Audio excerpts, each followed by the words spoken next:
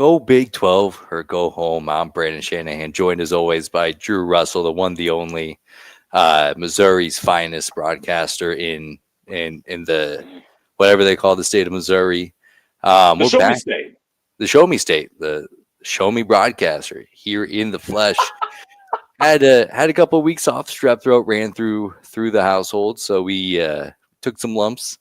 But we're back and better than ever. So how are we doing, Drew Russell? I miss anything? I'm sure nothing happened in college football while I was out and about. I'm sure absolutely nothing big happened in college football the last couple of weeks, Brandon. And I don't think that the Shanahan family were the only people to take their lumps in terms of, difficult times and change and uncertainty for certain coaches, especially. But what a wild run it's been the last 2 weeks, Brandon. And it's a great time in American history to be a college football agent. Let me tell you, if you didn't think it was great before and it was already lucrative, it just got that much more lucrative. We've had wild coaching carousels in the past in college football, Brandon, and I've got to say, this offseason, it's a top three wildest maybe ever, just because I think like the energy, the just vibe of how to build a program is so different, and it's genuinely instant gratification for every fan base now. If you don't win, like immediately they're going to be like, well, what's going on? Why aren't you like Indiana? Why aren't you like Vanderbilt? Like there will be those type of questions immediately for any new coaching staff. They don't win, I'll say within 2 years. Like it's just Yeah, insane. Like just the expectations of you better build this program around like that quick when I mean, these are outliers compared to the rest, but it is bananas what is going on, Brandon. I mean, seriously, the college football it's always been off the rails. It keeps getting crazier and crazier, and I thought I was going to hate it, Brandon. But goodness gracious, this is the ultimate soap opera right now. If you're a sports fan, it is such incredible drama. it's. First of all, we're still in season, so there's still a lot of great stuff going on throughout college football, throughout the Big 12. But this offseason is going to be unbelievable because not only do we have, like last year, I think, 3 or 4 Power 4 head coaching jobs came open, and it was like UCLA or Stanford, in North Carolina, West Virginia, no like marquee jobs. And now already we got Penn State, we got Florida, we got Arkansas. We got Wisconsin on the way. We got LSU on the way. We got Florida State on the way. Like on top of that, there's never been. We talk about this all the time on the podcast. College football has never been like what it is right now with the NIL, the transfer portal, and you see those outliers like Kurt Cignetti that comes into Indiana, traditional bottom feeder. All of a sudden, they're a national championship contender in 2 years, and you have schools like Penn State. Like this guy's been here 12 years, and he can't beat Oregon at home in a whiteout, which they lose half of those whiteout games anyways. But it is what it is. I just want to throw that out there. It's true. They always seem to lose that game, and it's the most it's a top 3 college football atmosphere every year. Allegedly, that's what they tell me. That's what they tell me, and it looks awesome on TV. It seems it's a great television product, that's for sure. But they always lose. And now you have this microcosm of all these schools that want more, that expect more, but then also like there's never been more good jobs in college football than there are right now. And like there's always been this traditional pipeline. Okay, well, if you're successful at the group of 5 level, or if you're successful at like a smaller Power 5 school, you're always having your eyes on that Florida job. You're always having your eyes on that Penn State job. Actually, I don't know if I put Penn State in that category, but LSU, Florida State, like those are the jobs. But now you have Kurt Cignetti, who would be the belle of the ball, and he's like, I'd rather stay at Indiana. We got NIL, we got buzz going on, and this is my show. This is my program. I've built it. So now I think you're going to see more coaches than ever. Not only do we have more A-tier jobs coming open than ever, but we're also having more coaches that are going to stay at their B+, A- jobs and not try to, chase that dragon. And I think Lane Kiffin's going to be the belle of the ball here. You look, Florida's going to be knocking down his door. He's going to have to be blocking phone numbers. They're going to be calling him so much. Yeah. But then you look at it like it's his show in Oxford. He's got It the is. castle. He can do whatever he wants. But then traditionally, like 10 years ago, absolutely you leave Ole Miss for Florida. Now I'm not so Yep. sure. And now Florida and Penn Yep. State is going to be the one that cannot have a home run higher. They will not have a home run higher. Florida can still make some buzz and they can still get some guys. Eli Drinkwitz, I think, would be a home run higher Mm-hmm. there. I think James, they're not going to hire James Franklin, but James Franklin would be a home run higher there. But Penn Yep. State, you're not getting a Lane Kiffin. You're not getting obviously not getting a Kurt Signetti. You're not getting a Marcus Freeman. Like you better get used to like Manny Diaz, Penn State head football coach, or Pat Well, Fitzgerald, Penn State head football coach. Like they're not going to get a home run higher. well, first off, I want to give a shout out to Penn State whiteout game, 13-9 all time in whiteout games. So there you go, since 2004. So there's your stat of the day, Brandon. Regarding just the rest of this coaching cycle, you're right. Like the era of, hey, the only way you're going to win big is if you do it at a premier program. And that's why those jobs in the past, rightfully so, have been so coveted.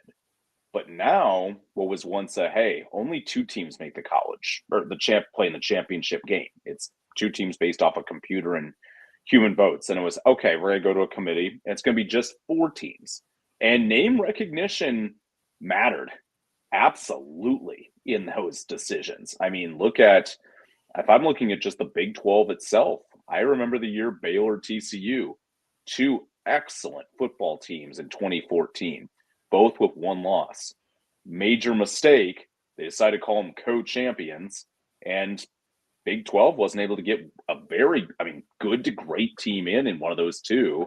And Ohio State made it because of, well, name recognition, Brandon. I still believe that. And they were riding high off of a blowout win over a Wisconsin team that was left for dead.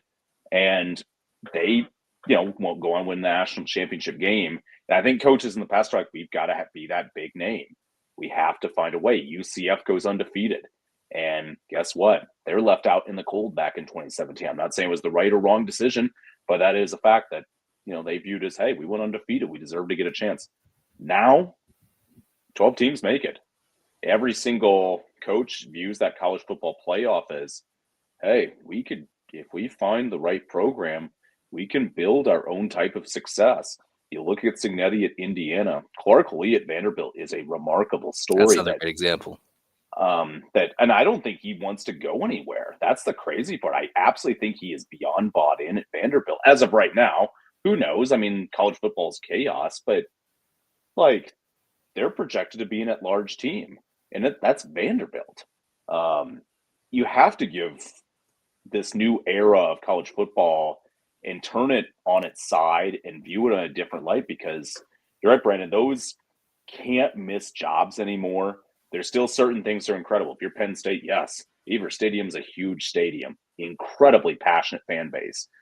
Obviously, pretty decent coffers of money if they're willing to pay a $40 million buyout to their coach, who, by the way, just took them to the semifinals of the college football playoff last year. Don't get me wrong. I understand 3-game losing streak is infuriating, two of them at home, one against a previous winless UCLA team who all of a sudden is red hot. But at the end of the day, Brandon, the grass isn't necessarily greener on the other side. Now, could Penn State, could Florida, potentially Auburn, could those schools make a home run hire, find a hire that works out? Great, and they're better than they were right now? Of course, absolutely. But I think these schools and fan bases have to temper expectations in a weird way going forward, and that's not easy. But it is going to be an interesting coaching cycle, and for a lot of Big 12 fan bases, it will be a little unnerving, I'm sure, at times, because there's going to be a lot of names and coaches in this conference specifically, Brandon. They're going to have their names tossed in with some of those Big Ten jobs, with some of those SEC jobs. But you're right. Like, if they've got a good setup where they're at and they have a path to the college football playoff every year, guaranteed, if you win the conference, guaranteed, you're in. If you're a Big 12 member, one team at least will play, hopefully more, we'll see. Like, that's tough to give up. Like knowing at least you have a chance every single year if you're in the Power Four. And this Penn State job is so fascinating to me. Just the reality of the job compared to the expectations of the job. And by the way, I'm just going to show up Penn State a little bit more here. 13-9 in the last 22 years in whiteout. So like they're premier, as rowdy as it gets. Mhm. Meanwhile, you look at LSU, they've only lost 16 games at home since 2000. So not even like at night in their most Wow. hostile marquee environment. Like Wow. all in all those really good SEC teams from the 2000s, the different era Sheesh. SECs, not that, but I mean year in year out, 16 losses in 25 years compared to 13-9. Just kind of the scale of those environments. So if everybody puts out the Penn State, so it's in their whiteout. Just want to throw that out there. Mhm. But you know what this opening reminds me of is several years ago, Texas A&M in the same boat. They Kevin Yeah. Sumlin ran his course, and they're like, we want more. And then they go out and try to get the flashy hire in Jimbo Fisher, and it's like, oh, that's not Mhm. national championship coach. By the way, Jimbo Fisher's then was a better coaching candidate than anybody Penn State's going to get, and Yep. that doesn't work out. You need a good ball coach. Ball coach isn't always flashy. You get Mike Elko. He's a ball coach of ball coaches. And now all of a sudden, look what happens. But optics is everything with this position because that's the only reason James Franklin got fired. Like, yeah, this year went sideways real quick. It's a bad year. Like that's going to happen. It's part Yeah. of this process. But the floor is still so high at Penn State because of what James Franklin built. Now you got to go get a better ball coach than James Franklin. Good luck. But then also get a coach that optically drums excitement. Because if you have boosters that are, stashing their pocketbooks away for James Franklin, who are you going to get that fits those two categories where they're going to win more games Mhm. and they're a bigger name? Because Manny Diaz isn't going to get that. Clark Lee is a name I don't think people are talking about, which would be so funny if they're just like, yeah, whenever Vanderbilt gets good, we're just going to steal their coach and it's going to work out just fine. Like I think, okay, say Penn State can't get a home run hire. That's probably as close to a home run hire as you can get there. But I think there'd be a lot of Penn State fans who would even poo poo that. But yeah, Yeah. I don't know if he leaves. But it is fascinating to tie this into the Big 12 because those are the exact kind of jobs that we're talking about, where those are good jobs where Matt Campbell's got the keys to the castle. Chris Kleiman's got the Yep. keys to the castle at Kansas State. It's always funny when every cycle, Deion Sanders' name is going to come up, and Mhm. every year it's going to be ridiculous because he's the king of Boulder. The whole town is Yes. prime time now. He's not going to get that at Gainesville. He wouldn't get that at Fayetteville. Like that kind of control Mhm. and power for these guys who have built up this whole career. Like they get to do it exactly how they want. That's so valuable. But it is Yes. fascinating because I think the Big 12, the name that I don't people aren't talking about, and it's probably because of his recent history with turning down big jobs, is Matt Campbell to me for this Penn State job, for For what he's done sure. in Iowa State. He's also gotten big wins at Iowa State. It's not like if you're trying to sell a big game, at least certainly in the regular season, and just a continuous factory at a traditional bottom feeder in the Big 12. Mhm. This feels like it could be the opportunity that gets him away because now I people always talk about how he turned down USC all those years ago. Mhm. Things are different now, just in the sense of now he's done it over multiple cycles at Iowa State. It wasn't just like a fluke Yeah. where True. he fell ass backwards into NFL players on his roster and Brees Hall and Brock Purdy, but now True. it's like he's continued to produce at this high level, and there might be a ceiling on there that you think he thinks he could get at Happy Valley. I think that's a name to watch, particularly for the Penn State job, because then it's like, well, if he's going to turn down these jobs, if he's not interested in leaving now, he'll never leave. And we'll probably be Yeah. saying this again 2-3 years down the road, anyways. But I think that's a name to watch out for. And then the Big 12 is also going to have their own openings. Oklahoma State's, Baylor might Mhm. be coming open. Yep. Um, not a whole lot of other guys on the fringe like that, but Lance Leipold, because here's the thing: there's so many dominoes that are going to come into this, where we're not just talking about Florida, we're not just talking about Penn State, we're not just talking about Arkansas, even the Mhm. Wisconsins and the Florida States that are going to come open, if we're being honest. But then, like, Yep. who if Lane Kiffin goes to Florida. Well, now Ole Miss is scrambling to get a guy, Sure. and you got a proven winner in Lance Leipold. You got, the good program guy Chris Kleiman, who had all Hmm. his success at North Dakota State. It's going to be so fascinating to see how this trickles down to the Big 12, because I think it's going to have a pretty big impact Oh, once we I get think it down to will. that I will second too. phase. Yeah, I think it will too, Brandon. And you're right. Like, I think Lance Leipold showed a lot of loyalty at KU last couple of years, especially after a great season in 23, some pretty significant interest. He stayed. Same with Coach Kleiman a couple of years ago. He stayed. I think both are like, we like the programs and situations we're in. You mentioned Matt Campbell stayed as well.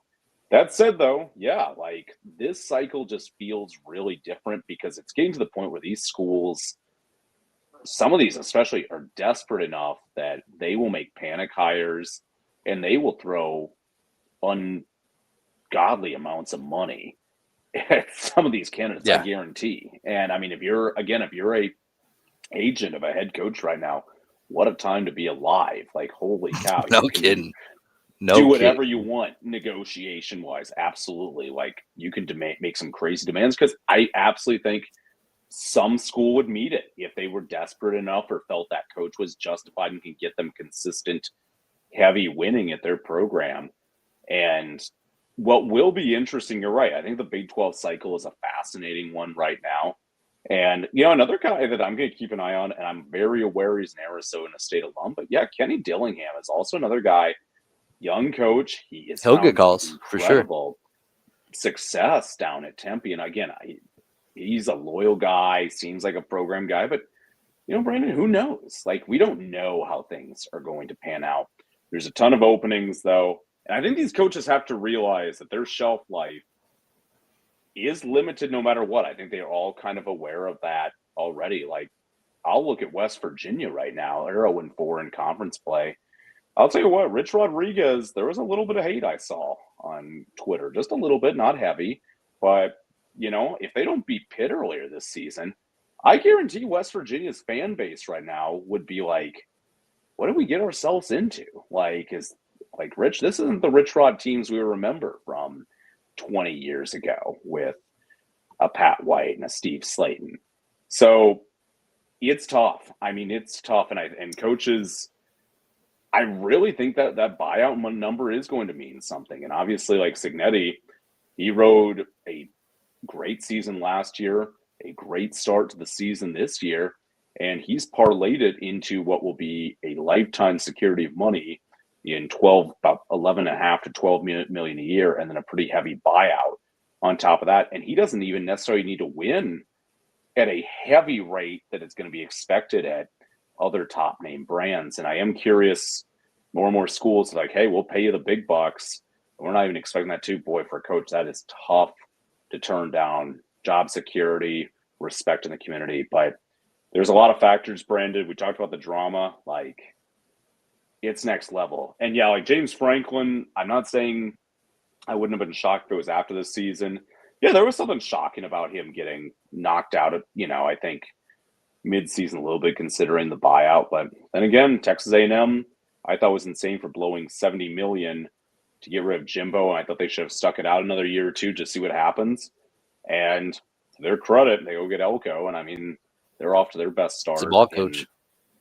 30 years. Like, they're playing well right now. So it will be interesting just in the future. How does this sport continue to evolve? But man, oh man, if you're a coach, you have to realize that old school legendary career where you're at one school potentially for 20 to 30 years, it's just going to continue to happen less and less. Like, just the vulching of the system. If a coach has a bad season, could I see NIL boosters and donors just cut off the funding for a year to force the coach out, or pretty much starve them to the point the administration has to make a change? Yeah. Like, I think it could get pretty ugly in certain situations. So Yeah, and that's the kicker here, because it's not just. I feel like there's a sentiment going around that it's like, oh, it's just the fan base is it, well, whatever, and like, but I think you can survive that. But now that these institutions are so fiscally tied to the optics of the program, That's part of Mhm. it. I mean, it sounded like that there were big time boosters that were holding on to checks because they weren't happy with James Franklin, and Yep. it's so fat, especially like as a Nebraska fan. Like I know wholeheartedly what it's like to watch my team win 9 games every year. Think that they can Hmm. just go in and get a new coach that can immediately take him to that 11, 12 win threshold, and then whiff and whiff and whiff again. Hmm. And then all of a sudden, Nebraska turns into the laughing stock of college football. That's also on the table with Penn State, which, yeah, it's a bad year, a very bad year, especially considered Yeah. expectations, but also like they would never be a bottom feeder with James Yep. Franklin. But I No, mean, they wouldn't. that's roll of the dice these days. That's how it is. And again, if you're, I think just the expectations of winning quickly, you look at, and granted, this is an extreme situation over at North Carolina with Belichick, but let's be honest, Brandon, it's weird. After 60 minutes, the guy's first game of his tenure, granted, gets ripped apart on national TV against TCU. And it's wild. Already, people just pretty much just wrote it off completely immune and said, this isn't the guy. And that's been the narrative the rest of the season. And the fact that they've had to make statements saying, hey, Bill, like, we're committed to Bill, all that. I thought, we're 4 games into this guy's tenure. Yeah. This doesn't, like, before the transfer portal, back when it was brutal to transfer, heavily penalties, like, pretty much always coaches were going to be given about 5 years to rebuild a program because they'd have time to bring their own guys in.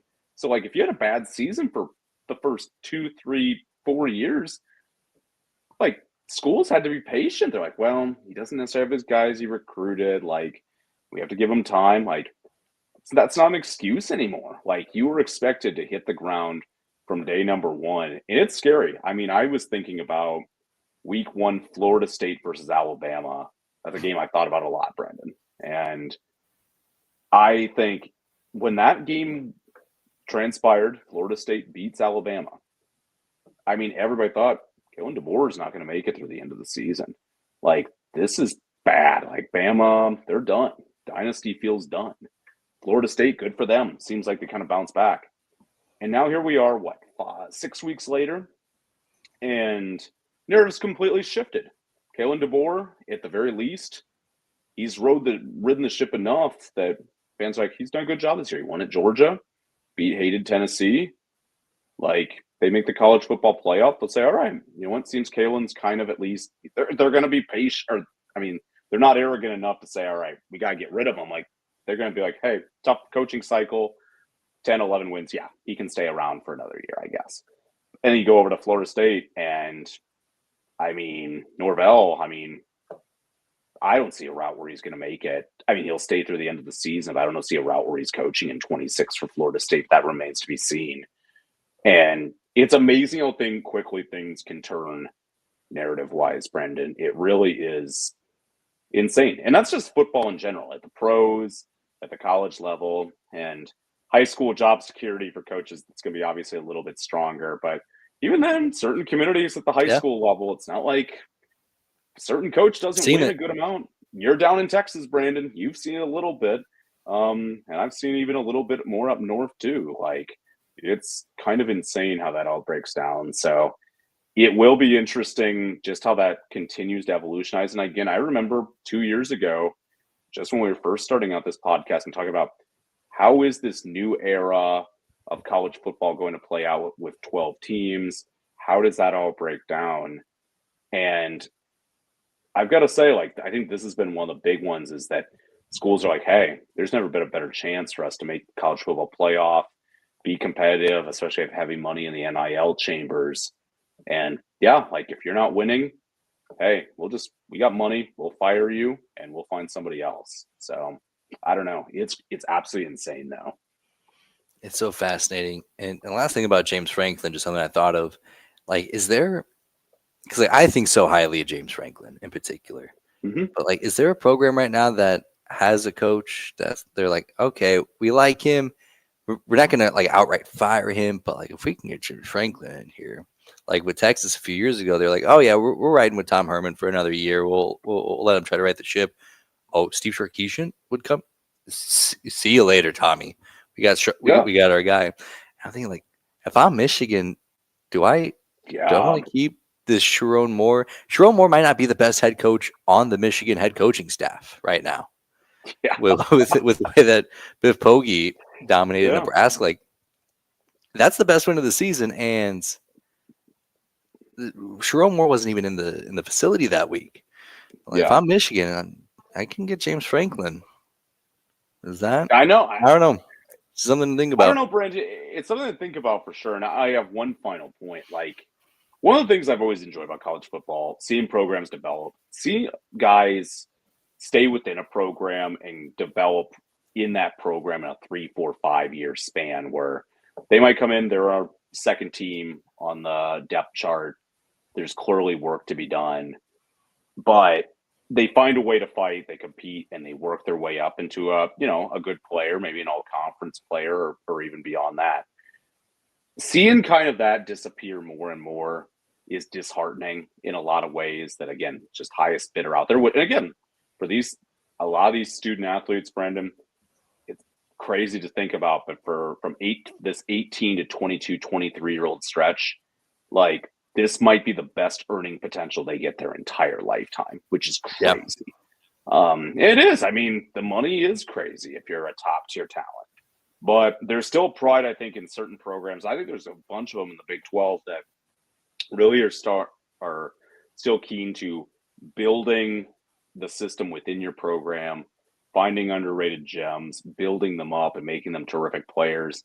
Iowa State, of course, comes to mind immediately for me, but I mean, Kansas State is really good at that. I will also give them where it's due. Like Utah has done a really nice job a lot of years of just finding those type of guys as well. So I like that. I hope that continues. I hope that still does mean something in the world of college football, but it is. Look, you and I both said it was going to be chaos a couple of years ago, and even then, some of the Yeah, stuff that's this is happening right out of this now, world. how neither one of us could have envisioned it. There's no doubt about that. Well, the new landscape of college football, one of the topics that I think we're always going to have keened is what's the Big 12's path to getting multiple teams in? Admittedly, that might have taken a bit of a hit this week with Texas Tech falling to Arizona State, which, by the way, shouldn't be that big of a deal. Texas Tech was with their backup Yep. quarterback, went Yep. on the road to the defending conference champions with an experienced quarterback in Sam Levitt, and went toe to toe with them for 4 quarters, came up short at the end. But I mean, you see SEC team. We talk about this narrative so often. You see SEC teams get losses just like this, and it doesn't matter even a little bit. Yep. But that's not the Yep. reality in the Big 12. That's just the optics of it. But Mm-hmm. And as somebody who was looking at the Big 12 crop this year, like, okay, this could be the crop that can get multiple teams in. And there's a very specific formula for the Big 12, and the ACC is involved in this too. And we saw that exact same thing play out last Mm-hmm. year, where Clemson probably doesn't get in as an at-large bid, but they go and win the conference. SMU is already 11-1, 11-1 to that one loss to a Big 12 team, by the way. But that's the reality. And I think if we're looking at the path, if Texas Tech can win out and they don't win the Big 12 championship game, that's a tough. Well, I mean, now we're looking at 11-2 Yeah. Texas You'd be Tech. looking at 11-2 Texas Tech team, Brandon, that probably best win would be on the road at Utah and or that BYU home win if they were to win out. They So, do because play I mean, BYU. they do have that, but I mean, Oklahoma State, that's not going to move the needle. At Kansas State, tough place to play, but K State's already got 4 losses to their name this year. BYU is undefeated, but who knows where they'll be at after they go through a little bit of a rough schedule. And then UCF at home, who's 1-3 in conference, and West Virginia, who's winless in conference. And yeah, they could be 11-1.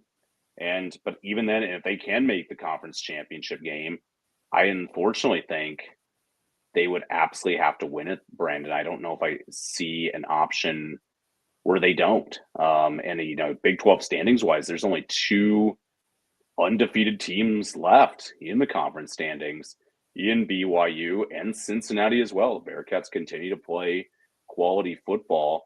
And then 3 1-loss teams in Arizona State, Texas Tech, and the upstart Houston Cougars. We're playing some solid football right now. So there are paths in a way, and yet, Brandon, it's weird. Like, we're mid-October. It's kind of like last year. Like, and the year before was even quicker. Year before was like early October, like, oh boy, yeah, we're not going to make the 14 playoff this year. There's no route for us. And even last year, we're like, hey, maybe we can get multiple bids.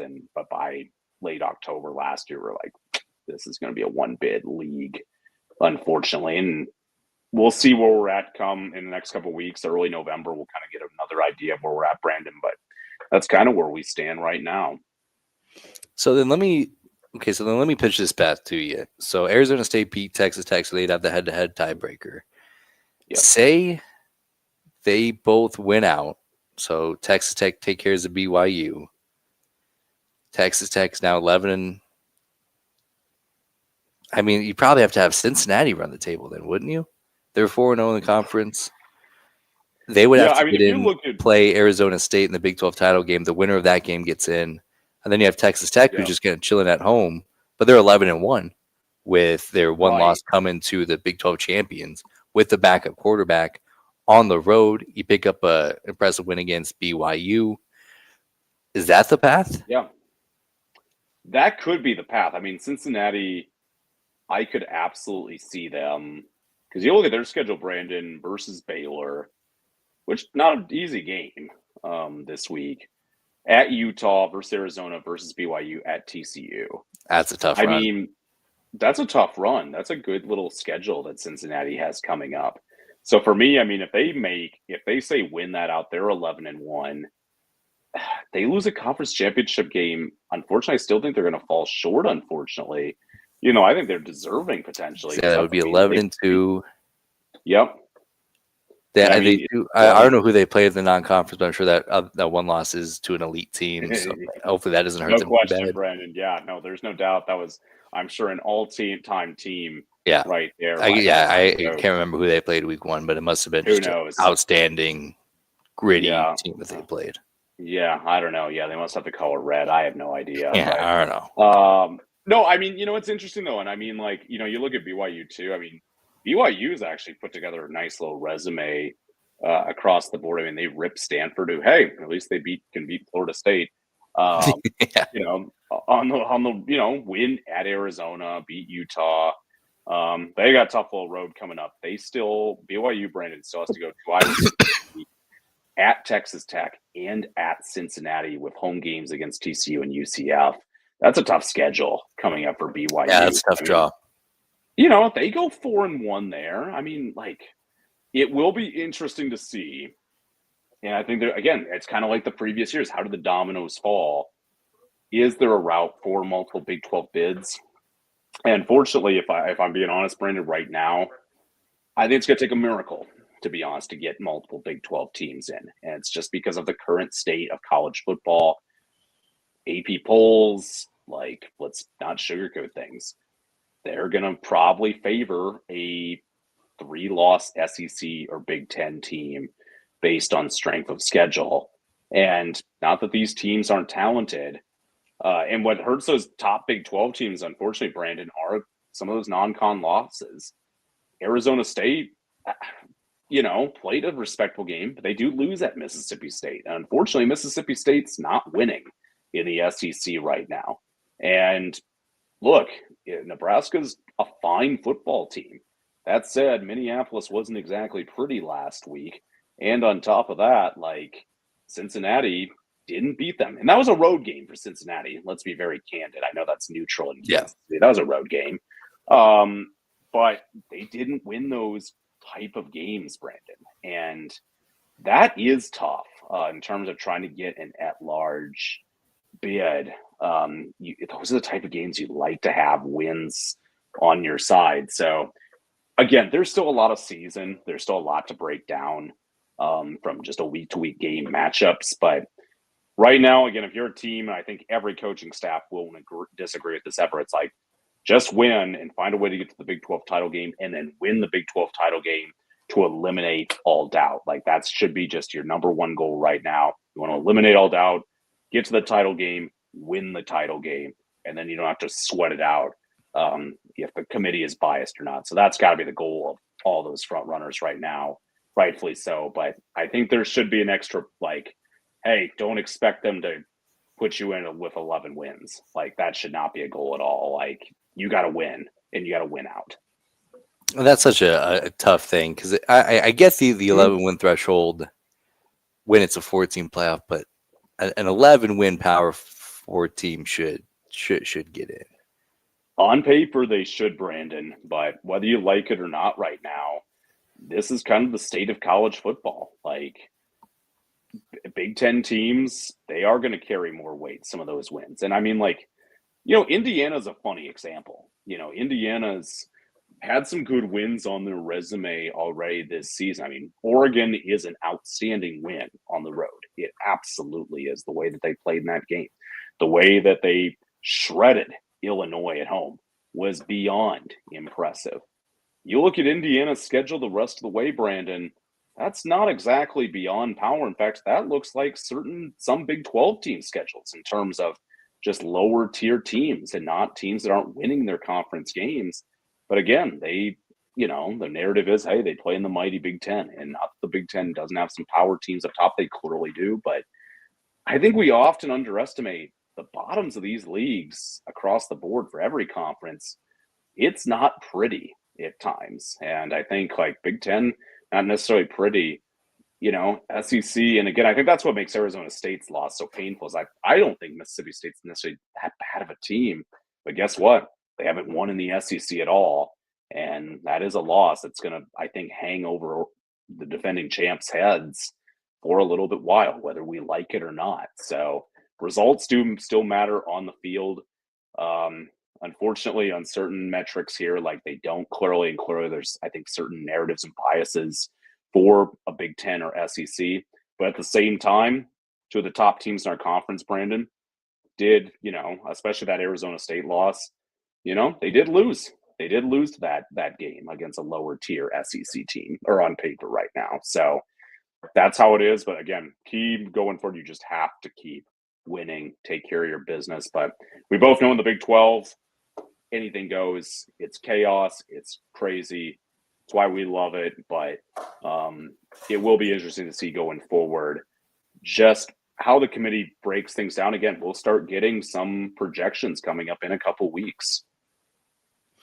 Yeah, and speaking of projections, the Athletic does their kind of running total, and this is kind of the theme that it's been. Is that it's been Texas Tech in as a conference champion. Then usually there's one to sometimes two Big 12 teams sitting here on this bubble, and that's kind of exactly what we're talking about. Where whether Texas Tech beats Cincinnati or Cincinnati beats Texas Tech, the winner of that championship game would get in. But it doesn't seem like there's a whole lot of strength here because obviously Texas Tech with the highest playoff chances at 57%, and then Utah right below, or Cincinnati not too far from them, and then Utah, the next highest Big 12 team. That's kind of what we're seeing. It is interesting that they project Texas Tech to still go 10-2, and if Texas Tech goes 10-2, and that's the best. If that's the best that the Big 12 has to offer, then everything that we've talked about the last 15 minutes is out the window. You're right. It is. Because then we're running the same thing last year where you have a bunch of really good 9-3 teams, a 4-way tie in the Big 12 for final weekend. I mean, you're not going to get an at-large bid that way. But I think this, I don't know. And you're also looking at the ACC. Miami's still, at the top there, but Georgia Tech still 7-0. Yeah. But if they stumble, SMU would be the next best team. They're projected to go 8-4 by the Athletic. Louisville, kind of same boat where they're just in the conference championship, race. Yeah. But I mean, if Georgia Tech stumbles, because they still play Georgia, I mean, we could have the same exact conversation with those two teams, and I don't know. It's a tough draw. It's a tough draw. It's a tough draw, Brandon. And again, like there's no doubt about it. It's bizarre because there's more teams in the college football playoff, but it still feels like if you're a Big 12 or ACC team, pretty much the only way you're going to make an at large is if you go undefeated in the regular season, and then if you don't win your conference championship game and keep it close, then you probably can get in as at large. That's kind of the feeling you get right now with both of those conferences. Is you almost have to go undefeated in the regular season or have some brutal loss, but it's almost like you have to have 12 wins to get in a way, in my opinion. Now, for But I example, mean, the SMU only had ACC, 11 wins last year. it's That true. SMU You're right. formula is exactly kind of what I would be eyeing here. But Yeah, SMU, and I that's mean, still that's a good wasn't a point. given. That's true. And I think that was viewed at the time a little bit of a surprise. Like, that they did make it. I know the two power conferences weren't ecstatic. They felt that one of their mid tier members should have made it. SMU did not have a great showing, is what we'll go with, in their first round game and did get beat up pretty decently. Georgia Tech's an interesting candidate right now, Brandon, because I'll tell you what, they can afford to lose one um, in ACC play, probably, maybe even a couple. If they find a way to beat Georgia, then I feel Well, I like mean, yeah, everybody's then like, all bets are then all off. of a sudden it's like, yeah, that's off the table. They beat Georgia. They must be pretty good. Um, and so I don't know. There's so many factors, clearly.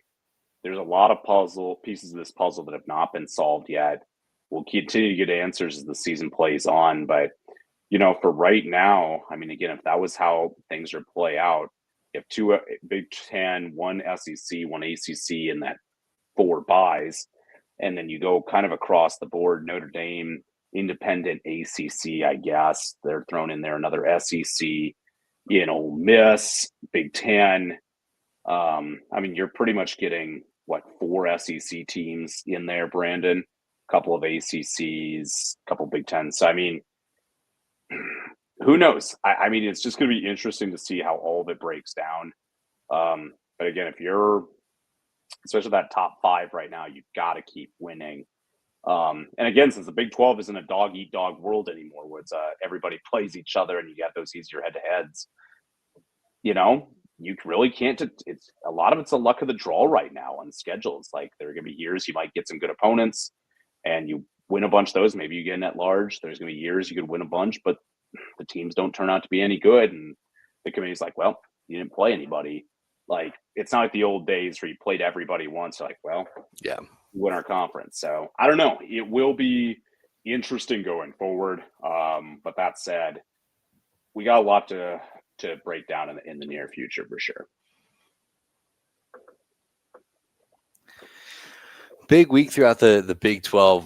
We'll hop into our pick'em next, but before we do, because our pick'em's a little bit outdated due to the illness that I contracted. But looking throughout, we talked about Texas Tech and that tough draw against Arizona State. Baron Morton missed it, and they still kind of hung in there for a while. Had a chance to win at the end. TCU pulls away from Baylor and ended up being like a 5.5 to 6 hour game with weather related issues at Fort Worth. UCF rolled against West Virginia in the battle of the retread coaches. BYU also probably also just skim over real quick because we'll hit on Utah. BYU more in detail. Cincinnati took it to Oklahoma State. No surprise there from anybody. But the Holy War, kind of the big primetime game with big noon kickoff going there, primetime on Fox in the evening. And by the way, I wish that more rivalries did this where they both wear their primary colors, particularly watching the Notre Dame USC game. Like the green and red would pop and look so good. And BYU Utah did just that. BYU ends up winning late. Bear Bachmeyer was solid. BYU big winners against their in-state rival and keep it rolling. Yeah, two turnovers being a major difference, Brandon, on the fumble and the interception for Utah. Pretty wild fourth quarter. I mean, pretty defensive-laden game, and then give BYU credit for putting together two strong scoring drives in that fourth to get it done. And that rushing attack, I think they just wore down that Utah defense and kind of gave them a taste of their own medicine throughout the game. Where that Utah defense, I thought, played really solid football for 3 quarters. Really, the only thing that it didn't do well in the day was not get a key or pivotal turnover. That's really their only major mistake. But again, BYU over 200 yards on the ground rushing, opportunistic in the passing game with Bachmeyer. And again, that defense continuing to deliver at a high rate. 8 tackles for loss in the day, 3 sacks as well. They have got some great player. Zatala is terrific with the 12 tackles on the day, and then Tanner Wall as well with 10. Multiple tackles for loss for both of those guys. So strong team in BYU. They continue to do their damage as they need to. But a great win and great atmosphere too. I mean, it was really rocking. I felt Electric. the Holy War. And it shows, just for anybody out there, rivalries are still important in the college football world. They are so important. I know we just talked about how different the landscape is, but at its core, college football is still a beautiful thing. And that was just a great atmosphere, great, 2 really good teams, solid teams going at it. And BYU got a great win to keep this undefeated season going. And we'll hop on over to our pick'em again. Pick'em's a bit outdated, so these from the games 2 weeks ago. We missed last week. Very competitive week. I was able to pick up a single point. I mean, I gotta imagine it's getting pretty toasty over there in your neck of the woods of Missouri. We both missed on Kansas State against Baylor. Thought they would figure it out. I really don't know what to make of Baylor. There are times where I think, okay, well, Dave Aranda's out the door, and I think, okay, well, they're figuring stuff out. But they pick up a big home win against Kansas State, and then Iowa State in what was a very weird game against Cincinnati a couple weeks ago. Yeah, ugly game, and when which Iowa State just couldn't get anything going, Brandon, and it was a disgusting performance in terms of that first half, especially. They didn't look like they were ready to play at all. Cincinnati got an absolutely deserved victory. They outplayed us for the majority of the day. Got a deep pass in the fourth quarter that kept us at bay. So nothing but love to the Bearcats. They outplayed us. They earned the win. We might have beat ourselves a little bit, but Cincinnati went out and earned that W. So respect them, and I see why they're still undefeated in conference play. And I don't think people realize how hard it is to win when you don't have a trustworthy kicker. And we saw that time and time again, because once you get into the 30-yard line, you have to think touchdown. And then all of a sudden you're turning away points if you can't get the touchdown. And it's especially in a comeback effort, like it's hard to get there. But I mean, tough draw for Iowa State injury wise throughout the year. But I mean, losing your elite kicker like that is a very, very tough thing to overcome. Yeah, I think, and with losing Conradi, I mean, has been rough for Iowa State. I think it's absolutely impacted kind of the psyche of that offense where, changes everything. Feel like you were with 35, 40-yard line. You did feel like you had that golden boot behind you where you could go get 3. And I think that added pressure of, hey, it feels like now we got to go get an extra 20, 30 yards to get points on the board, let alone score a touchdown. That is going to add, I think, a little extra stress level to that offense. And again, one thing underrated as well the last few years in college football, Brandon, has been the improvement of kickers, and especially their ability to kick from distance. I mean, I'm still old enough to remember, despite the legendary Nick Saban Alabama teams that would have stacked players across the board, and then for some reason their kickers were just terrible. Like that was the one position they could never recruit. Everybody else was good, but man, their place kickers, they'd be missing 25-yard chip shots. And I'm like, man, how does Saban tolerate that? Like, how does that happen? Doesn't tolerate anything else, but like the kicker is like, okay, let's go play defense. I'm like, Saint Nick. He's acting more like a saint than your classic Nick. And I mean, I don't know. Like, it is important, but yeah, for Iowa State, I mean, to lose to them again, to lose to Colorado as well. I mean, kind of a tough 2-week stretch for them. They get the bye last week. But go back to Baylor, Brandon. I do want to talk about them just a little bit. I mean, they compete decently on Saturday against a good TCU team. Wild game, crazy fourth quarter where they combined for 32. but it's that defense. And again, they're facing a good offense. Coach Dykes coaches a great offense. Hoover's a great quarterback. But man, it just, they giving up 42. Then again, though, Sawyer Robertson throwing 3 picks didn't exactly help either. But at the end of the day, like, it feels like they're a good team. It's like I refuse to give up on Baylor in a way, but sooner or later you kind of have to as well, where they're the ultimate Jackal and High team of this conference.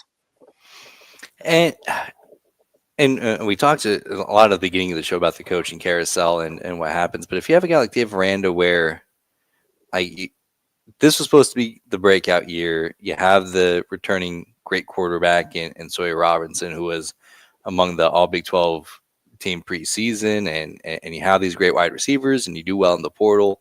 And if they end up going 500, maybe a little bit above, that typically is the recipe for a change. But with everything else happening throughout college football, you might want to keep a guy like that around for another year, just so you're not competing in the same coaches pool with teams like Florida and Penn State, and Wisconsin, Florida State, and Arkansas, and then the schools that come open because of whoever they poach. Like, does that play a factor into this? Oh, I think it absolutely has to, in a way. I mean, it's not like people are blind to the news, right? Like, how does that not impact a psyche of a locker room or an area or anything like that? So, yeah, no, it plays an impact, Brandon. You never know what's going through the mind of anybody. And I always say, especially the mind of an 18 to 22-year-old, you have no idea where these minds are at half the time. So, yeah, you never know what's going to play a factor. It could be the littlest thing. It could be obvious as day. It could be something you would absolutely never think of. So yeah, no, it plays a factor for sure. Interesting stuff. Well, head on over to our fresh slates. Points race within 2 points, and we got some bangers this week. Kansas State, Kansas, always a very fascinating game. A little bit different stakes than I thought this game would have meant coming into the year, but I mean, it's never not a huge deal in the Sunflower State. BYU, number 11, BYU, an underdog on the road to a struggling Iowa State team. Baylor, Cincinnati, Oklahoma State. They also play football this week. West Virginia also plays football this week, and then also Houston, Arizona. Houston picked up a big win last week as well. We're towards the end of October, and they're right in the thick of the Big 12 championship race. Yeah, and I think we need to give a little love to Houston quick, Brand. I mean, a 6-1 record, their lone loss to a good Texas Tech team, and they are just going out there and chugging wins week in and week out. I mean, I look at, a scenario where, they're winning the games they're supposed to. I mean, they've defeated Colorado, they defeated Oklahoma State, Arizona. This week's a tough test at Arizona State. I think that'll be an ultimate kicker. It's going to be a tough game on the road. But that said, if they can find a way, Brandon, Arizona State did just beat what looked to you and me like the conference favorite for a few weeks and the America's favorite tease in Texas Tech. Then we really have to start having a more serious conversation about Houston. But give them credit. Just the continued development of this program under Coach Fritz. You and I love the hire, but just like, offseason of 2024, you and I were saying Houston's kind of in a unique situation right now. It's outlook looked great. Rebuild, and give credit where it's due. In 19 games, Coach Fritz has made them a respectable Big 12 member.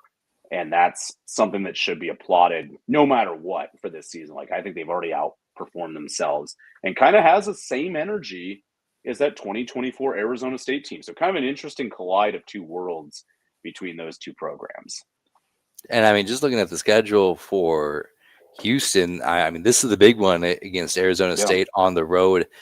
If you can find a way to win this one, you play West Virginia next week. You play UCF the week after that. So you get your bye week. You play the TCU team that, in November, they'd still be right in the thick of the Big 12 champion. I guess even, well, maybe not with the second loss. And then you wrap up the season with Baylor. Baylor, TCU, like teams, if you can get through Arizona State, you feel Houston might be favored in all of those games.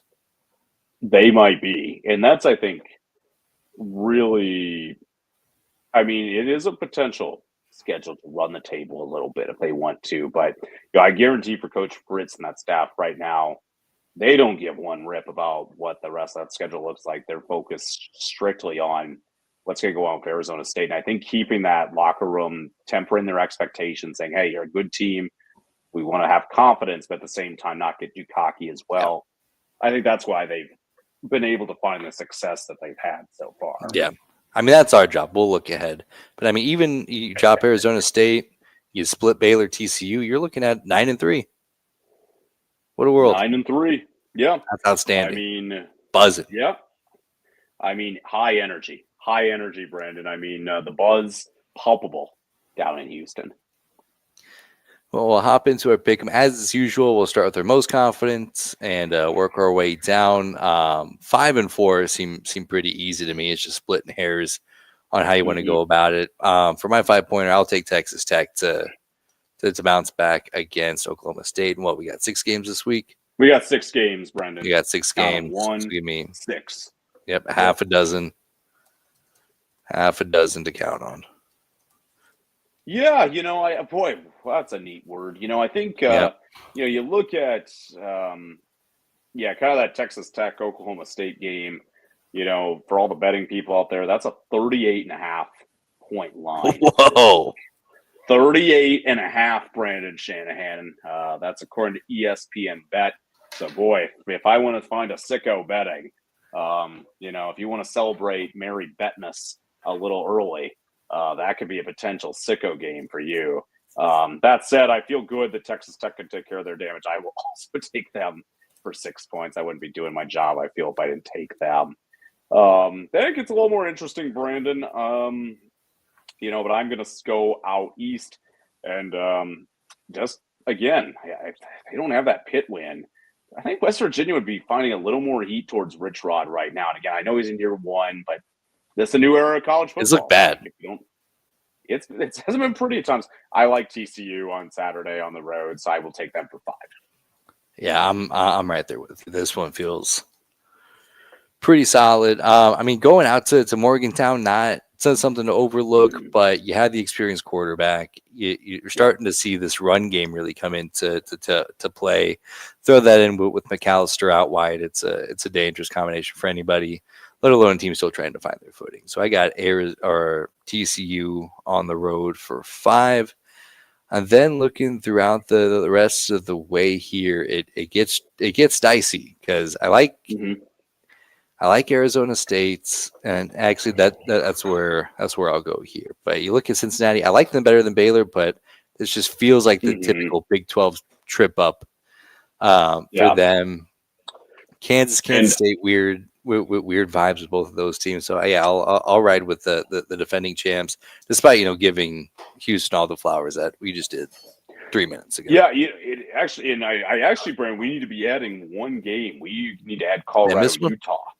I believe Colorado, Utah is Saturday as well. Wanted to get that there. So we have 7. Count them. 7, ladies and gentlemen. 1, 2, 7. No, not Arby's curly fries. That is 7 for games this week. So that might affect us a little bit. I still got Tech for 7. We'll quickly kind of make some adjustments. I'll take Tech 7, TCU 6. Oh, man. Yeah, I want Utah for 5, I think. All right, let's roll Utah 5. Yeah, I'll keep mine as is, and TCU down to 4. TCU. Let's see. Sorry, TCU to 6, and then I want 7 for Texas Tech. Oh, I see. 7 games. Yeah. Oh, yeah. Definitely want 7 points. Yeah. Okay, you got it.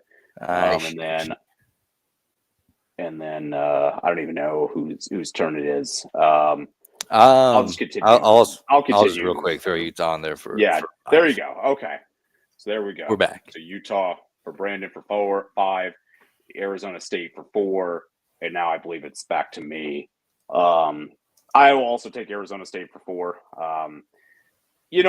Like I said, I really love what Houston's building, Brandon.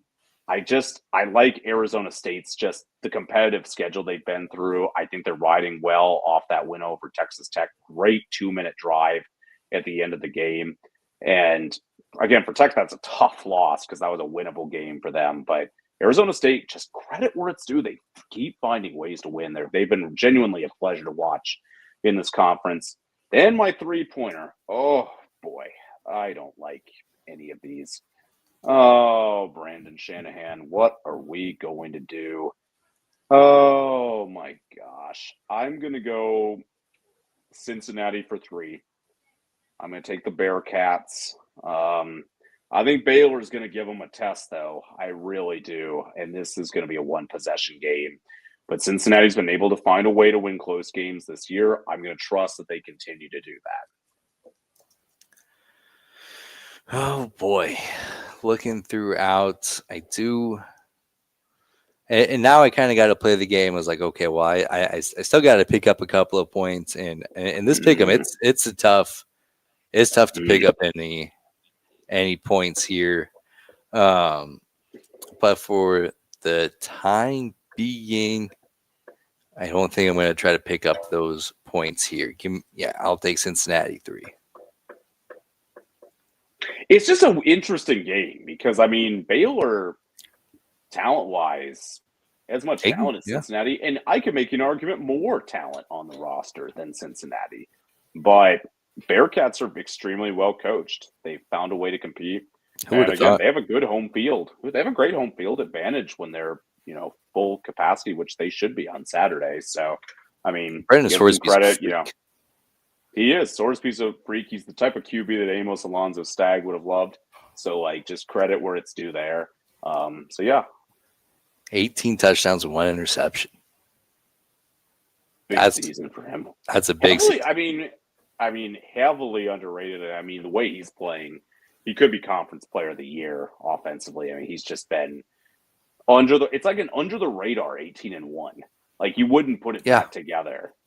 Because the rest of his stats, 120 for 183 for 1732.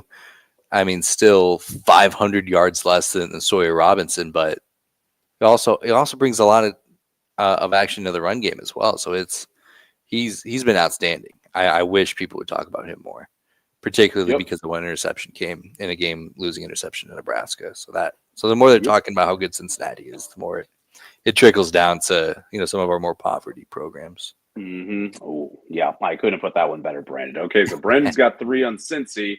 Now who's his 2-point game? Oh, man.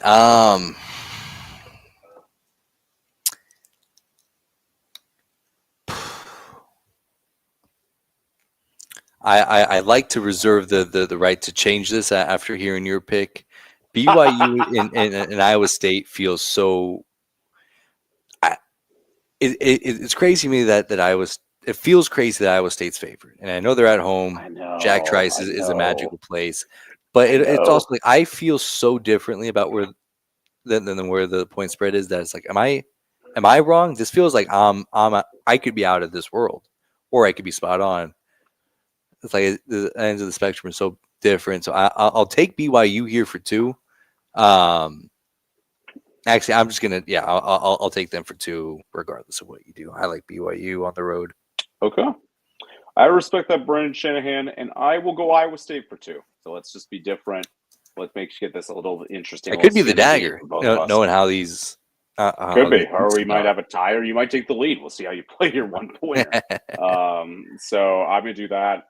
Oh, this K-State Kansas game kills me. Kansas is favored, Brandon. They're at home. All the Jazz, like on paper, this should go, to Kansas. Like, the problem is K-State just owns this series, Brandon. K-State, Brandon, has not lost to Kansas since 2008. 2008. That's insane. Brandon. How do you not accidentally win one? By the way, not all those Kansas State teams are juggernauts either. No. A lot of ranked teams in there. In fact, 5 of the last 6 years they've been ranked. But there were some average ones thrown in there too.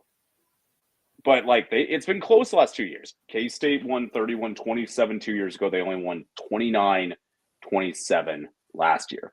Despite their current winning streak, Brandon, Kansas still leads the series 65-52. Despite that winning streak. So that tells you everything you need to know. I know Kansas knows this stat. They know they haven't won since 2008. Do they end it Saturday? I'm going to say no. I'm going to say K-State wins. I don't know why. It's just, why would I go with Kansas until I see it? I don't know. Yeah. On paper, they should get done. So I'm going to go K-State for 1. And I was it all. If Dylan Edwards was playing for Kansas State, I'd be right there with you. But it doesn't seem like he's trending that way. So I'll take the home team. Try to pick up a point here. I mean, at some point they got to win one of these games, right? At some point they just have to figure it out on paper. You know, I'll tell you what. If you want a great stat of the night, Brandon, the last time they won, Mark Mangino was the coach for Kansas, of course. No way. I can confirm. I bet Mangino still wears the same 7XL jacket now that he did during that game. There's no doubt about it. I have never seen. I have physically wanted to try on a Mark Mangino jacket my entire life. I mean, you can use a comfort. Oh yeah, I mean, I could drape myself in that in a blanket. I mean, seriously, I'm not a small guy either, and I still look small in that thing. I mean, I'm not a small guy. I'm a big guy myself, but I would do a lot for that opportunity, Brandon. I won't lie. But yeah, 2008.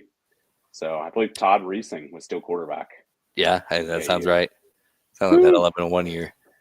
Yeah. What a world. Junior high. Oh boy. Woo! What a time. Lots of fascinating games. Again, we talked about the path for multiple bids. That path. We need Cincinnati to win. We need Texas Tech to win. And I think we need Arizona State to win too. I think we got to get them to Arlington. Because, I mean, those two losses are just the one in conference. Yep. I mean, they're not going to get in as an at-large bid, but they could go on a run, win the Big 12 again. Then maybe we have an 11-win team out there on the fringe. So that's the path. Again, this feels like the kind of week where a team like Cincinnati stumbles for some reason. Texas Tech is going to bounce back, so I'm not too worried about them. But what are you looking forward to the most about this week, Drew Russell?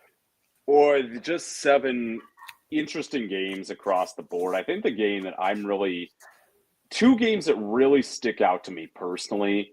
That Houston-Arizona State game just interests me for some reason. I think just because it is your defending conference champion, 1, but 2, I just am curious where Houston's at as a program. Yeah. Last time we were kind of hyping them up. Home game against a great Texas Tech team, a Texas Tech team that has more talent than them. Not that they didn't compete hard, give energy, but they got waxed pretty good at home. I'm kind of curious if they've made some adjustments to that in the next 3-4 weeks in going into this game. So that's a game I think that kind of personally interests me. And then number 2, I mean, how do you not be intrigued by the Sunflower Showdown a little bit? I mean, yes, combined, that's a 500 record between those two teams. But how do you not be intrigued? I mean, and the losing team, I think that coach is going to hear a little bit from the fan base no matter what. Either Coach Kleinman's 3-5 for a team that on paper in the preseason was going to win, conference. Now he loses to their hated rival for the first time in 17 years. Or you're going to Kansas saying, Coach Leipold, you're 500. You still haven't beaten K-State. We just put all this money in your football facility. Now, neither of these coaches' jobs are remotely in jeopardy. I want to make that beyond clear. But these are fan bases that expect bad optics. They don't like each other. So, there's going to be some junk after the game. I can about guarantee it. So those 2 games are interesting. All 7 have their own storylines, but those 2 really stick out to me personally. I'm right there with you. Any final thoughts on the Big 12 slate, college football as a whole, or life in general in the Show Me State? Well, I'll tell you what, Brandon Shanahan, I just thank God for fall right now because I was so sick of 85 and sunny. So the fact that we are getting 70s finally with some sun, it's great. And Brandon, I'm not going to lie to you, it's a Friday, 55 and overcast, so nice. And a little rain in the afternoon. Ooh. So I'm not going to lie to anybody here. I'm taking off at noon, and I am going to pick up some fast food. I'm going to go to my house. I'm going to watch a little Netflix, and then I am going to get under the covers to get a big blanket and take probably a 2 to 3 hour nap, and it is going to be glorious, and then go call a little football on Friday night. So, I'm ready for fall. I know fall's been in effect for a month now, technically, sure hasn't felt like that. So I'm excited for that personally.